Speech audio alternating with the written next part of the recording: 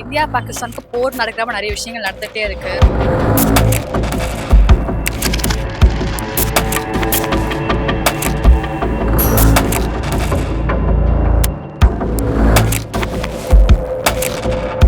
இப்போ இந்த முதல் இதுலயே 9 இடத்துல அடிபட்டது அவங்களால ஜீரணிக்க முடியல. ஆனால் இன்டர்நேஷனல் லெவலில் இதை டீஎஸ்கலேட் தான் பண்ணணும்னு தான் எல்லாம் பார்க்குறோம். இதை 10 வருஷமா பிரதமர் என்ன பண்ணார் நாட்டுக்கு என்ன பண்ணார் சொன்னவனுக்கு ஒரு செம்மட்டி அடி. ஒரு பாயிண்ட்ல சொல்ல போர்னா பாகிஸ்தான் இருக்காதுன்றாங்க. இப்போ இந்தியா பாகிஸ்தானுக்கு வார் நடக்கிறப்ப நிறைய விஷயங்கள் நடந்தே இருக்கு தொடர்ந்து. ஸோ நீங்க எப்படி பாக்குறீங்க? நடந்தா என்ன ஆகும்ன்றீங்களா, அது நடக்குமா நடக்காத உங்களுக்கு என்ன? அதாவது நம்ம பிரதமருக்கு பிறந்த ஜாதகத்தை பார்த்து நிறைய சேனல்ல பேசியிருக்கேன். அவருக்கு ஜாதகத்தை பார்க்கும்போது ஒரு மனுஷனுக்கு 3 சான்ஸ் கொடுப்பாரு. 3 சான்ஸ் கொடுத்து முதல்ல ஃபுல் அட்டாக் பண்ணாம ஒவ்வொரு ஸ்டெப்பா 3 தடவை தான் கொடுப்பாரு. 3வது ட்ரிப் முடிஞ்சிச்சுன்னா 4வது ட்ரிப் சுத்தமா கூடான காலையாயிடும். அந்த அளவுக்கு போக விட மாட்டாங்க. இப்போ இந்த முதல் இதுலயே 9 இடத்துல அடிபட்டது அவங்களால ஜீரணிக்க முடியல.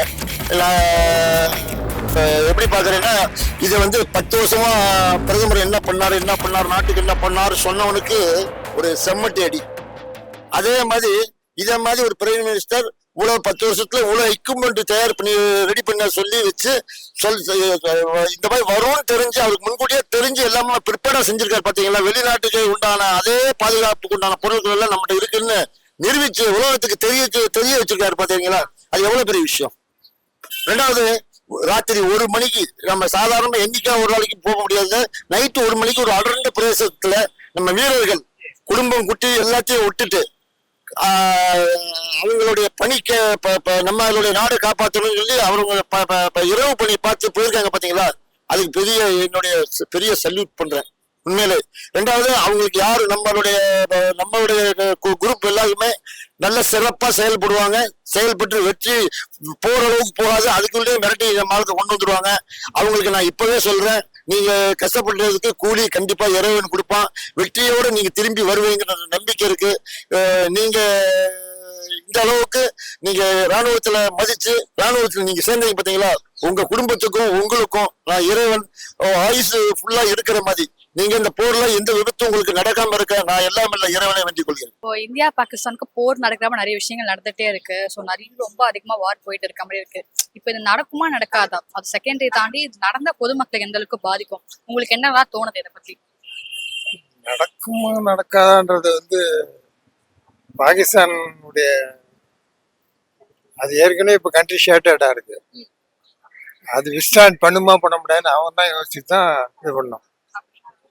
ஆனால் இன்டர்நேஷனல் லெவலில் இதை டீஎஸ்கலேட் தான் பண்ணணும்னு தான் எல்லாம் பார்க்குறாங்க. ஒரு வார்னிங் கொடுத்தாச்சு. இப்போ இதே தமிழ்நாட்டு ஆளுங்களா இருக்காங்க, மீனவர்கள்லாம். அப்போ அவங்க இலங்கைக்கு போகும்போது நிறைய சுட்டு கொண்டு நிறைய விஷயம் பண்ணிருக்காங்க. அப்போ இந்த அளவுக்கு நம்ம இந்தியர்கள் ஆக்ஷன் எடுக்கல. காஷ்மீருக்கும் நடக்கும்போது மட்டும் இந்த அளவுக்கு எடுக்கிறாங்க. ஸோ எப்படி பாக்குறீங்க, நியாயமா? இது இலங்கையினுடைய இது நான் சென்சிட்டிவ். அது காஷ்மீர் ரொம்ப சென்சிட்டிவ்ன்றதுனால அது ஒரு பாயிண்ட்ல சொல்ல போர்னா பாகிஸ்தான் இருக்காதுன்றாங்க. நம்ம இந்தியா பாகிஸ்தான் காலி பண்ணி இல்ல அப்படி. ஏன்னா பாகிஸ்தான் நர்வஸா ஆக்ட் பண்ணான்னா இட் இஸ் டேட் டு தர் இது டோட்டல் ரெஸ்ட்ரிக்ஷன் தான். அதனால அந்த கண்ட்ரி இப்போ வார் தாங்குமான்றதே அவன் யோசிக்கிறான். அதனால தான் இந்த டெரரிஸ்ட பத்தி மைனரா பண்ணிட்டு இருக்கிறது.